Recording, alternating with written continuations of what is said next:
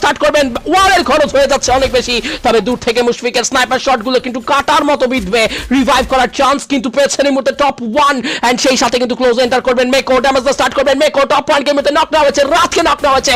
M7 এর ব্যবহার তিনি করে উঠতে পারেননি, ফ্লিকার ট্রাই করবেন, পারবেন কি সেখানে কাজের কাজটা করতে? লাস্ট ব্যাটল এই মুহূর্তে সাকিব, এইচপির একটা ঘাটতি, শুভ এই মুহূর্তে এন্টার করতে চায়, তবে পেছন থেকে সাপোর্ট রয়েছে মুশফিকের তরফ থেকে, বাট না, ফ্লিকার অনেক বেশি বিপদে পড়ে যাবেন এবার, কারণ তিনটা প্লেয়ারকে চোখের সামনে হারাতে দেখছেন তিনি। করবেন তো করবেনটা কি? Mushfiq the last man live from roasted gaming, সামনে থাকা নিমরাত ভাই ওয়াইডি, this is gonna be 1 versus 1 or 1 versus 2, what it is. এই মুহূর্তে মুশফিক করছেন রিভাইভ, ট্রাই করছেন রিভাইভ দিয়ে দেওয়া হলে বিপদ বাড়বে, ট্রোগানের শট কানেকশন পেতে পারে, বাট না, ট্রোগানের শট সেখানেও কানেকশন প্রপার পায়ে ওঠেনি, এবং এই মুহূর্তে কিন্তু ট্রাই করবেন মুশফিককে চেস করার, স্নাইপার ভার্সেস স্নাইপার, তবে ক্লোজ রেঞ্জ ব্যাটলে কে করবেন নিজের সেরাটুকু?